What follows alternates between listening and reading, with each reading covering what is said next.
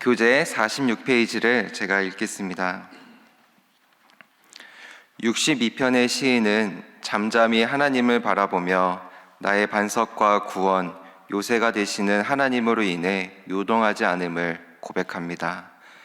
백성들에게도 시시로 하나님을 신뢰할 것을, 착지를 일삼지 말고 재물을 의지하지 말 것을 권면합니다. 63편의 시인은 고독하고 힘든 상황에서 하나님의 은혜를 간절히 찾고 있습니다. 결국 하나님을 만나 만족함을 얻고 기쁨으로 찬양합니다.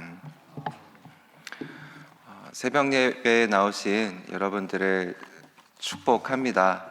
그리고 온라인으로 예배드리시는 모든 분들을 축복하고 하나님의 은혜가 함께 하실 줄 믿습니다. 시편 62편에서 다윗은 대적들로 인해서 고통을 받습니다. 3절을 보시면 일제히 자신을 공격하고 있다라고 말씀하고 있습니다. 여기서 일제히는 많은 적들이 자신을 억압하고 고통스럽게 하는 그런 상황을 말하고 있습니다.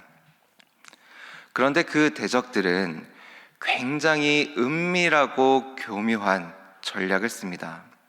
4절의 말씀을 보시면 입으로는 축복을 하지만 속으로는 저주를 합니다. 그 앞에서는 굉장히 친절을 베풀고 있지만 뒤에서는 칼을 갈고 있는 이중적인 모습을 보이고 있는 것이죠. 이렇게 앞과 뒤가 다른 모습 가운데 다윗은 더욱더 고통을 받고 있습니다. 실제로 다윗의 반역자들은 다윗의 왕권을 빼앗기 위해서 백성들에게 거짓으로 다윗을 모함하게 됩니다. 다윗 앞에서는 충성을 맹세하는 척하지만 다윗의 뒤에 가면 이렇게 말하는 것이죠. 백성들에게 찾아가서 너만 알고 있어. 다윗이 실제로는 이래. 다윗 앞에서는 굉장히 충성을 맹세하는 것처럼 보입니다. 그런데 뒤에서는 거짓으로 백성들을 현혹하고 있는 것입니다.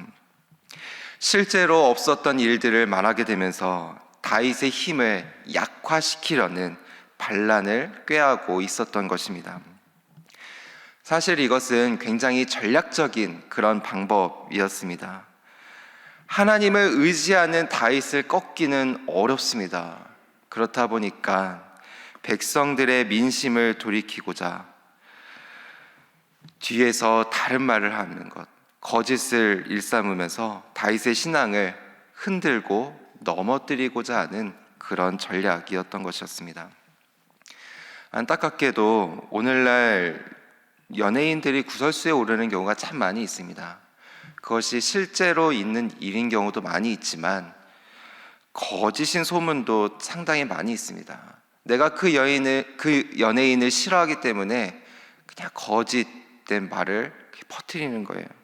그런데 그것이 영향력이 있어서 그 연예인의 이미지에 굉장한 타격을 주고 피해를 줍니다. 이런 가짜 뉴스를 통해서 얼마나 많은 사람들이 피해를 보고 있는지 모릅니다. 이러한 상황 가운데서 다윗은 어떠한 모습을 취하고 있는가? 우리 1절과 2절의 말씀을 함께 읽어보도록 하겠습니다. 1절과 2절의 말씀입니다. 함께 읽겠습니다. 시작.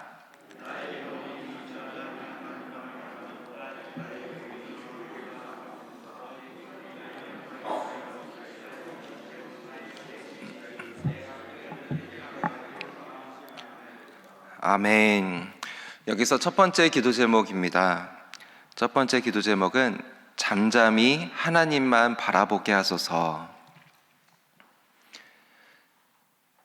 잠잠히 하나님만 바라보게 하소서입니다.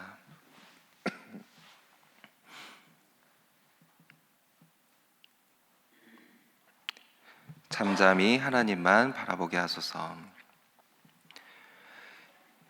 2절의 말씀처럼 다윗은 고백을 합니다. 하나님만이 나의 반석이시오, 구원이시오, 요새이시니. 다윗은 흔들리지 않았습니다. 그리고 다윗은 그것에 대응하지 않았습니다. 그저 잠잠히 하나님만 바라보았습니다. 자, 1절의 말씀을 보면 잠잠히 하나님을 바라본다.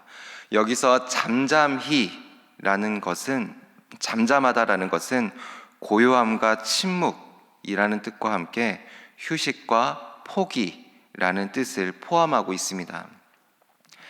정리하면 잠잠히 하나님을 바라본다라는 것은 자신의 마음을 내려놓고 고요함 속에서 하나님의 뜻을 묵상하며 바라본다라는 뜻을 가지고 있습니다.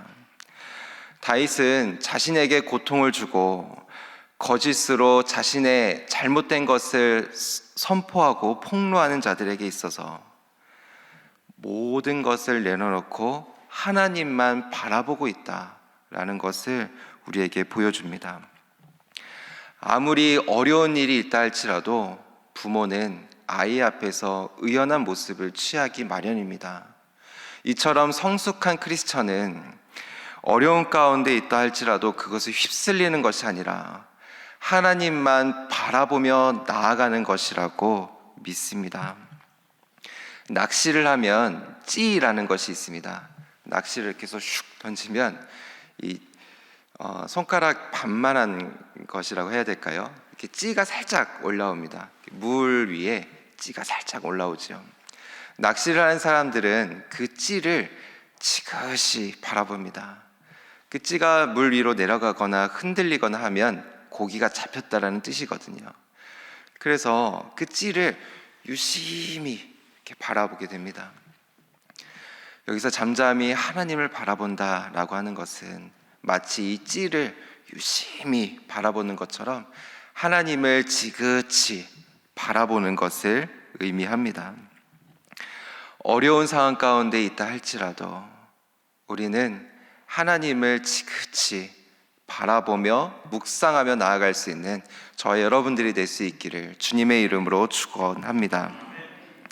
자, 시편 63편의 표제는 유다 광야에 있을 때라고 나옵니다. 11절의 말씀을 보면, 시편 63편 11절의 말씀을 보면 당시 다윗의 신분이 왕이었던 것으로 나와 있습니다. 이를 볼 때 본시는 다윗이 압살롬의 반역으로 인해서 요단 동편의 마하나임으로 피신하면서 잠시 유다 광야에 머물렀을 때 지었던 시로 보입니다. 다윗의 처지는 광야와 같았습니다. 자신의 아들 압살롬에게 쫓겨 예루살렘에서 빠져나와서 척박한 광야에 머물고 있던 다윗, 육체적으로나 영적으로나 궁핍한 가운데 있었습니다. 광야는 물이 없어서 목이 타들어가는 그러한 고통스러운 갈증을 느끼는 그런 장소, 그러한 어려움을 다윗은 겪고 있었습니다. 만약 그대로 있게 된다면 다윗은 곧 망하고 죽게 될 그럴 처지에 놓여 있었습니다. 이런 상황 가운데서 다윗이 찾았던 것은 무엇이었을까요?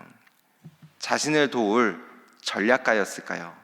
아니면 돈이나 물질이었을까요? 우리 63편 1절의 말씀을 함께 읽어보도록 하겠습니다.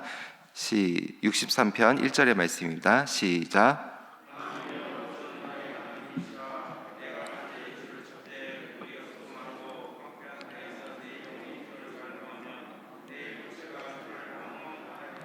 아멘. 여기서 두 번째 기도 제목입니다. 주님만을 갈망하게 하소서입니다.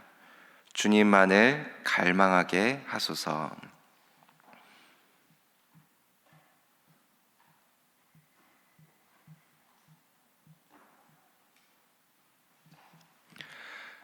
다윗은 사슴이 시냇물을 찾는 것과 같이 하나님을 간절하게 갈망하였습니다.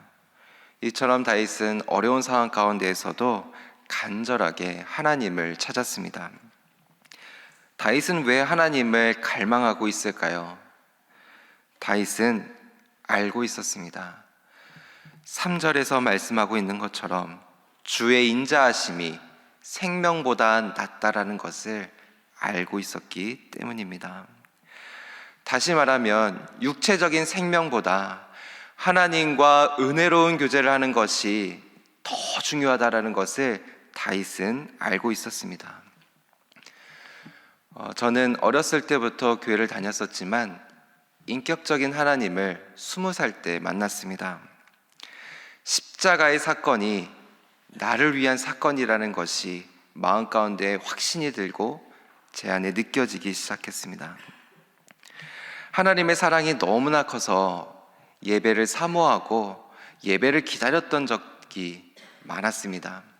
예를 들면 주일에 예배를 드리고 나면 주일 밤부터 또다시 일주일을 기다리는 거예요. 그 예배 드릴 날만을 사모했습니다. 그리고 그때 새벽 예배를 거의 매일 나갔었는데 새벽 예배를 드리고 나면 이제 오전, 오후를 시간을 보내잖아요. 근데 그 시간 동안에도 또다시 새벽 예배에 나갈 그 시간을 기다리는 거예요. 저는 그때 세상에서 줄 수 없는 기쁨과 참된 자유함, 평화를 느꼈습니다. 나의 상황은 그대로입니다. 저의 상황은 변한 것이 없었어요. 그런데 깊은 평화를 느꼈습니다. 저는 그때 깨달았습니다. 저의 갈망은 세상의 다른 것에 있는 것이 아니라 하나님께 있구나 라는 것을 깨닫게 되었습니다.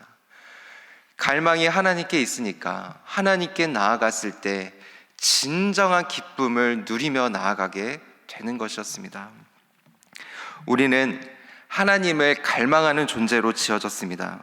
우리가 그것을 몰라서 그렇지, 그것을 알게 되면 세상의 그 무엇도 바꿀 수 없는 평화를 느끼게 되는 것입니다. 아마 여기 있는 모두는, 또한 온라인으로 드리는 예배 드리는 모든 분들은 그 갈망, 그 기쁨, 그 평화를 알기 때문에 이 자리에 나와 있지 않을까 생각이 듭니다. 다윗은 자신이 어떠한 존재인가를 알고 있었습니다. 그것은 바로 하나님의 사람이라는 것을, 내가 진정 갈망하고 있는 것은 하나님이라는 것을 그는 알고 있었습니다. 그래서 다윗은 하나님을 갈망하며 주님 앞에 나아갑니다. 저는 저와 여러분이 주님을 갈망함으로 진정한 가치를 깨닫고 주님 앞에 나아가는 주님의 사람들이 될 수 있기를, 주님의 귀한 성도들이 될 수 있기를 주님의 이름으로 축복합니다. 6절의 말씀을 또 함께 읽어보도록 하겠습니다. 6절의 말씀입니다. 시작.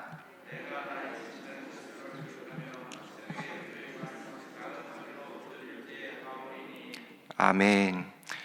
세 번째 기도 제목입니다.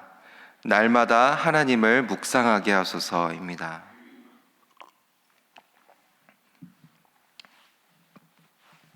날마다 하나님을 묵상하게 하소서.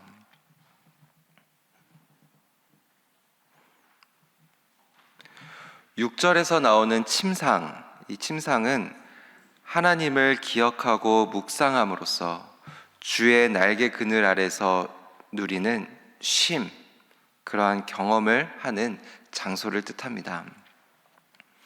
다윗은 이 침상을 표현하고 있는 밤에도, 그리고 6절에서 나오고 있는 새벽, 낮에도 하나님을 기억하며 하나님의 말씀을 작은 소리로 읊조리면서 하나님을 묵상합니다.